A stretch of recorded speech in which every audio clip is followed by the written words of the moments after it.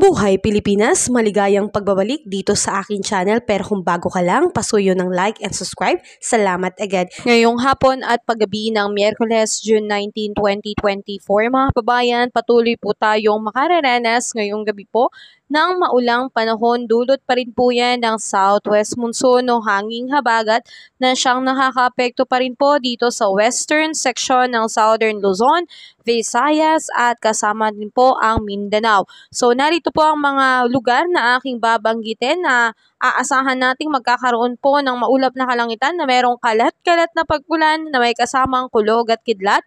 Nariyan po kasama ang Palawan, Occidental Mindoro, Romblon, Masbate, Visayas, and Mindanao. Samantalang dito naman po sa bahagi po ng Metro Manila, kasama rin po na aasahang magiging maulan ngayong gabi, Zambales, Bataan, Cavite, Laguna, Batangas, and the rest po of Mimaropa.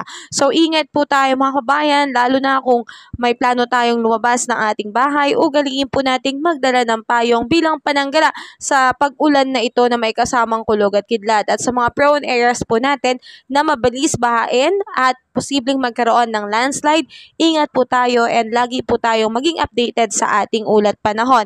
At asahan po natin the rest of part ng Luzon ay makakaranas po ng partly cloudy to cloudy sky with isolated rain shower and thunderstorm.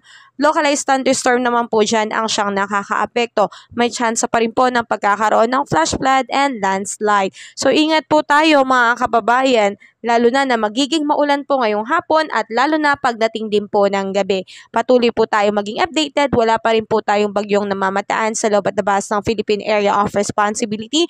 Ang tanging nagdadala ng pag-ulan sa atin ngayon ay ito pong southwest monsoon o hanging habagat. Kaya ingat po tayo mga kababayan, magiging maulan po ngayong gabi. Ingat! Kabayan, kung nakatulong sa iyo ang video na to, huwag mo namang kalimutang mag-like and subscribe at pasuyo na rin po, pahit na rin po ng notification bell para updated ka sa mga susunod ko pang weather update. Muli, maraming salamat, ingat, God bless po, kabayan!